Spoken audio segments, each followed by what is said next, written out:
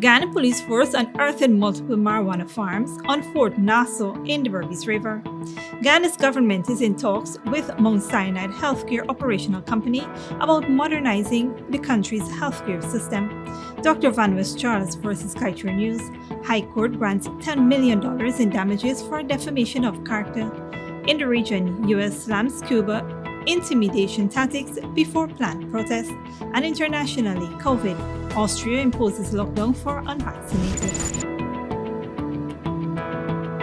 Greetings and welcome to another edition of Channel 2 Headline News Update. I am Baby Bacchus. Thank you for joining us.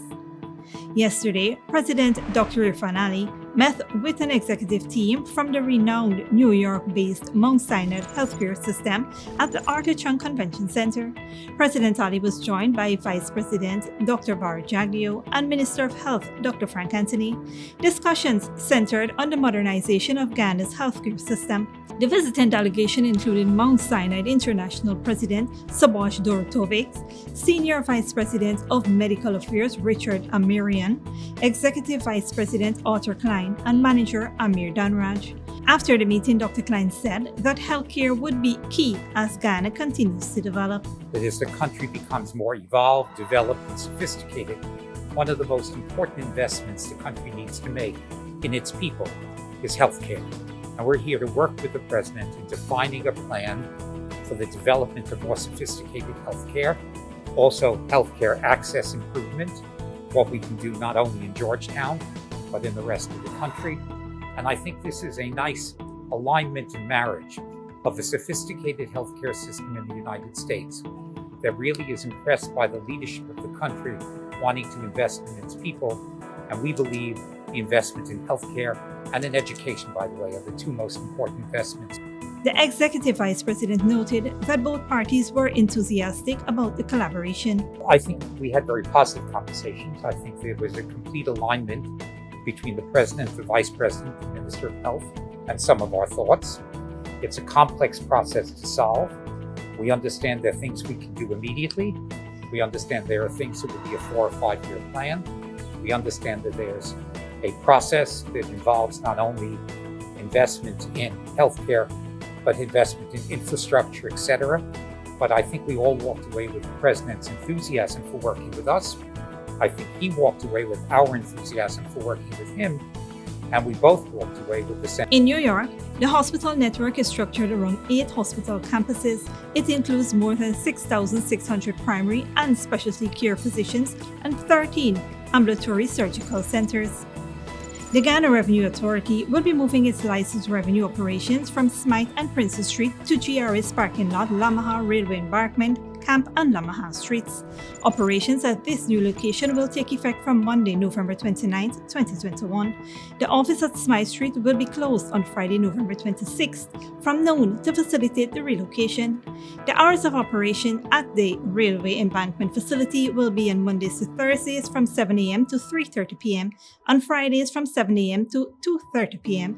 However, auto dealers will be granted 3 half-hour slots daily to complete their transactions. Services which will be available at the locations are motor vehicle registration, change of registration, transfer of registration, motor vehicle examination, and motor vehicle license. All registrations and examination services at this facility will be rendered by appointment. This includes hire car in corporate yellow and minibuses to be registered in the G series. Requests for appointments can be facilitated through an online mailbox, iroappointments@gra.gov.gy, or WhatsApp on 655-0806 during business hours. This move is temporary and it is for the reconstruction of a modern and more functional office facility. GRA wishes to remind taxpayers that the COVID-19 emergency measures are in effect. Dr. Richard Van West Charles, the owner of Atlantic Fuels Incorporated, was granted $10 million in damages after a High Court judge decided Kaieteur News defamed him. Van West Charles filed a statement of claim against Kaieteur News and the publisher Glenn Lal on August 5, 2019, through his lawyer Rexford Jackson for articles that were published about him and Atlantic Fuel Incorporated. The articles in question were published in January, February, and March of 2019. In court documents, Dr. Van West Charles argued that the publications intentionally implied that he was involved in criminal conduct, including underinvoicing fuel prices to evade taxes, smuggling of fuel, corruptly obtaining a fuel license, and being unfit to hold public office. The articles, he claimed, were false and caused significant harm and injuries to his reputation, lowering his standard in Guyana and the world community and bringing him into public disrepute. In his ruling, High Court Judge Navendra Singh said the articles were intended to convey that the businessman was involved in criminal activities, to defraud Guyana of revenue through underinvoicing and tax evasion, and a failure to provide evidence that West Charles or his company submitted a falsified invoice to the Guyana Revenue Authority. The High Court further awarded interest on the $10 million judgment at the rate of 6% per annum from August 5, 2019 to November 5, 2021, the date the ruling was rendered, and 4% per annum thereafter until the sum is fully paid. A judgment was awarded against the newspaper for $1,650,000. Stick around after the break. Multiple cannabis farms were discovered at Fort Nassau, and COVID-19 vaccination will be made available to children ages 5 to 11 on Friday.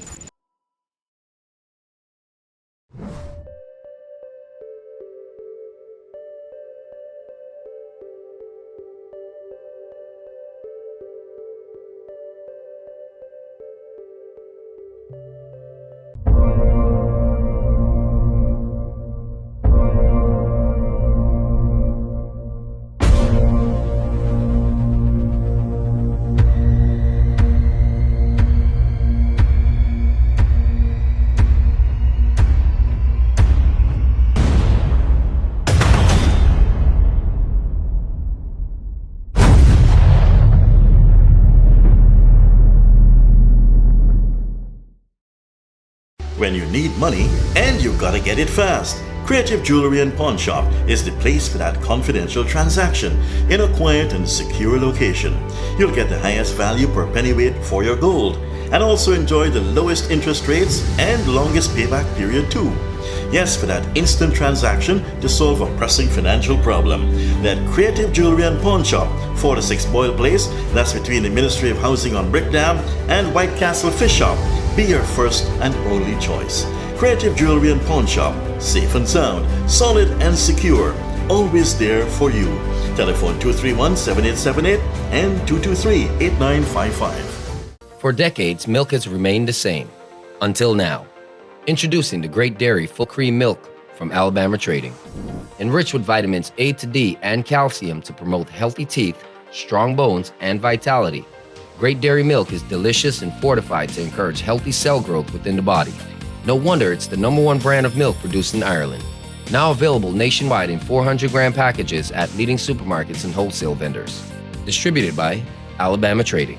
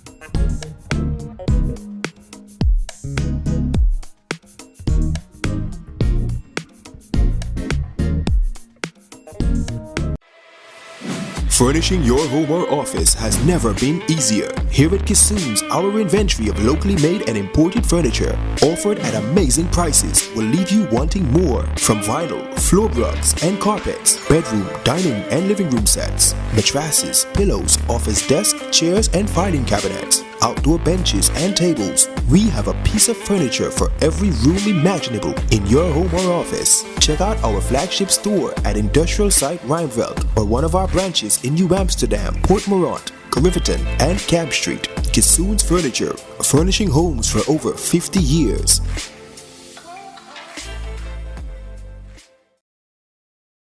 At John Lewis Styles, we carry only first quality men's and women's clothing, footwear, and accessories.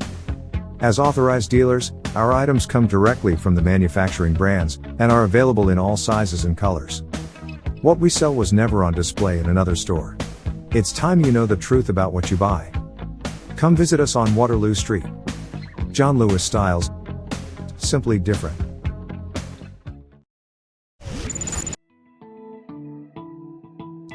Welcome back. Beginning Friday, November 19th, the Ministry of Health will be issuing the US-made Pfizer COVID-19 vaccines to children ages 5 to 11. A memorandum from the Chief Education Officer, Dr. Marcel Hudson, has stated, the Ministry of Health, in collaboration with the Ministry of Education, will commence the scheduled rollout of the vaccine following the approval by the U.S. Food and Drug Administration for it to be administered to children in this age group.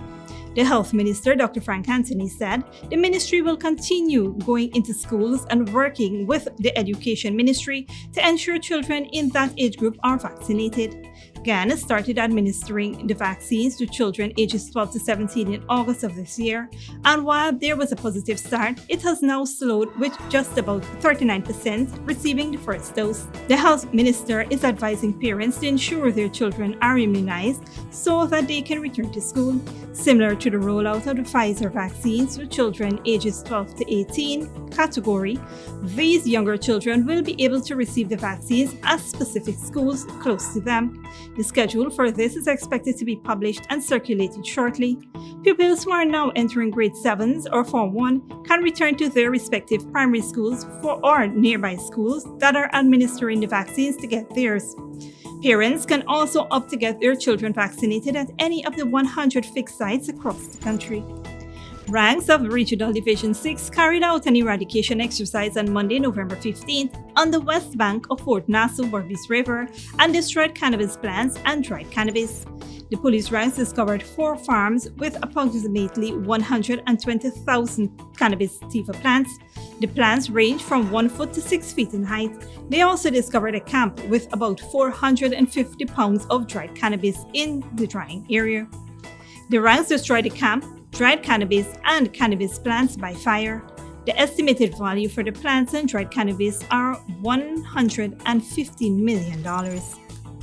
Meanwhile, police on mobile patrol in Tabatingo Village, Rupununi, arrested 4 men after they were found with 110 grams of cannabis sativa on Monday, November 15th. According to reports, around 4 p.m., the ranks observed 4 men standing in a yard acting suspiciously. A search was carried out, but nothing illegal was found on them. However, a green, bulky plastic bag hidden among some hollow blocks in the area was found, which contained several seeds, leaves, and stems suspected to be cannabis sativa.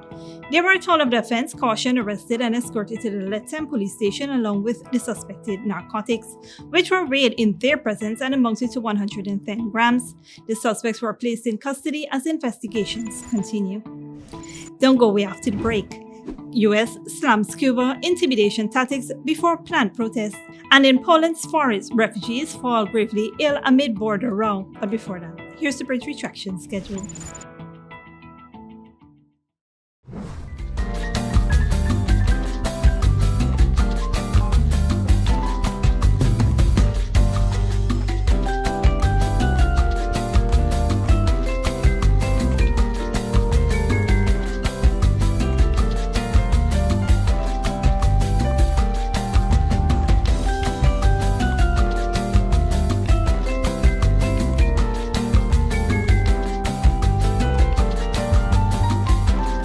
Smart Minds Educational Institute, offering preschool, nursery, and primary levels. Finally, a school that is every parent's dream. Located at 69 Crow Street, offering academic excellence, trained qualified teachers, small class sizes, personalized care, and one-to-one attention for your little ones. At Smart Minds, register for full-time or evening classes, daily practice pass exam papers for proficiency at the grade 2, 4, and 6 assessment, and CXE exam preparedness. Or join our Becca Phonics reading and writing program. So if your child is for preschool, nursery, or primary level, come to Smart Mind, located at 69 Street, or call 231-4885 or 600-9229 to enroll now.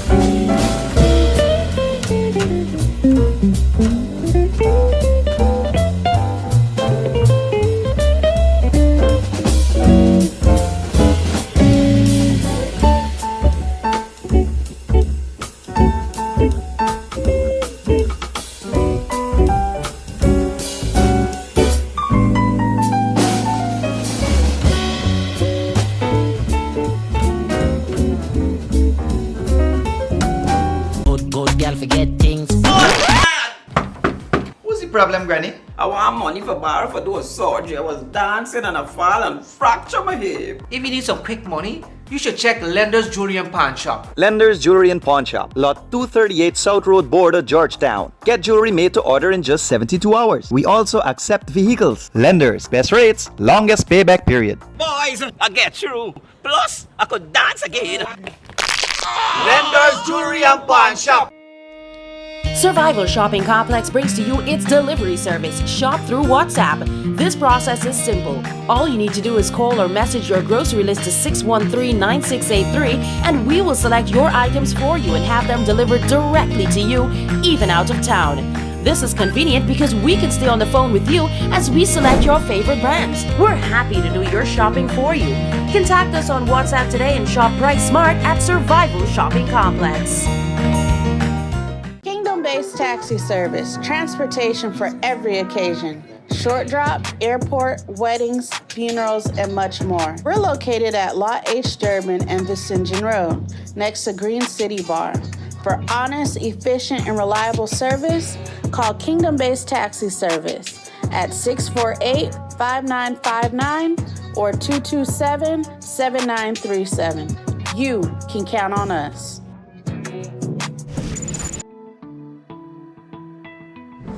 Welcome back. Now we take a look at news in the region and around the world. A day of marches planned by activists across Cuba has failed to materialize. Organizers said they were intimidated and too scared to leave their homes. Some protesters were detained and the government declared the rally illegal. Al Jazeera's Daniel Schmiller reports.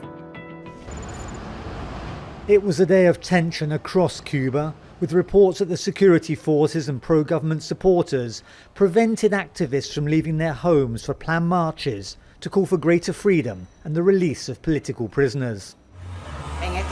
I'll go out to applaud for the freedom of Cuba and in support of the political prisoners, but they won't even let me leave the property.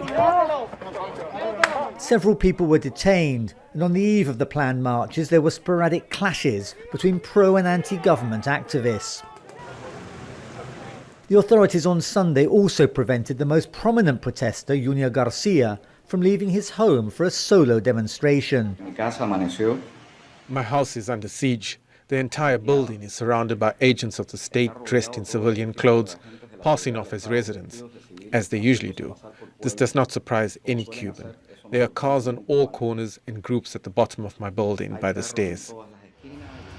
He's a member of Archipelago, a movement with more than 30,000 members organised on social media.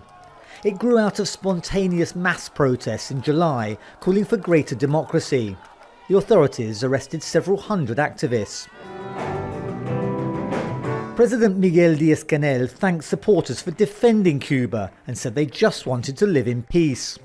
We are seeking the improvement of our society, defending emancipation, defending socialism, and condemning campaigns to subvert internal order, the media campaign against Cuba, against peace in Cuba, and against the blockade. The president declared the planned march is illegal, saying the United States and anti-Cuban groups in Florida were behind the protest movement.